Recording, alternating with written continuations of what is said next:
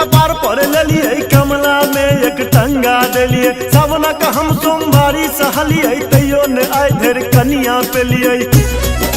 सुना सुना गौआ हो सुनला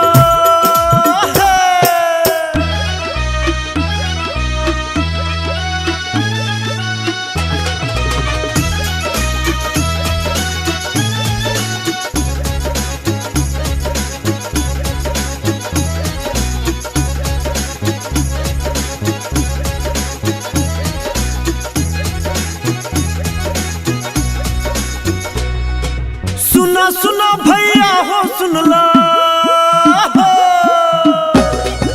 सुना सुना भैया हो सुनला हमार दिल के बात तू सुनला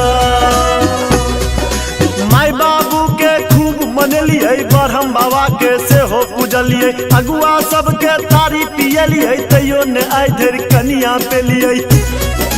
सुना सुना भैया हो सुनला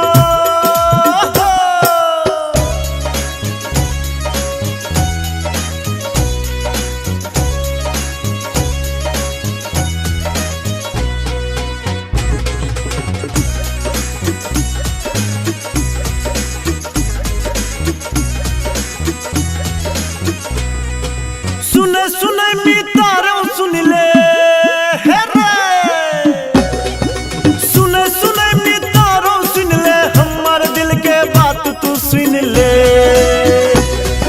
विदेशर जाके जल ढरलिए कारिक बाबा के छागर चढ़लिए गेलिए जनकपुर जानकी पूजलिए तैयो ने आए धर कनिया पे लिए सुने सुने मितारो सुन ले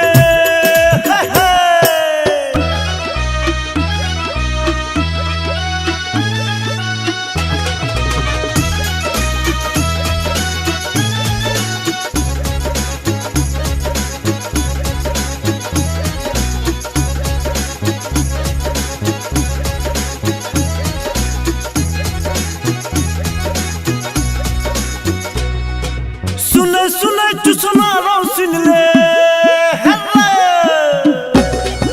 सुने सुने चुसना रो सुन ले हमारे दिल के बात तू सुन ले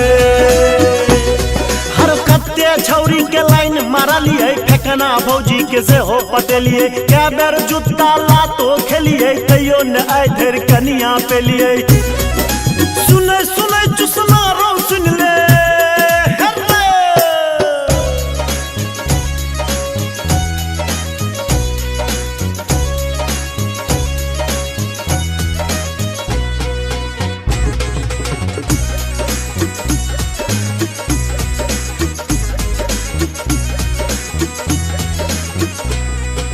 सुने सुने फेकना रो सुन ले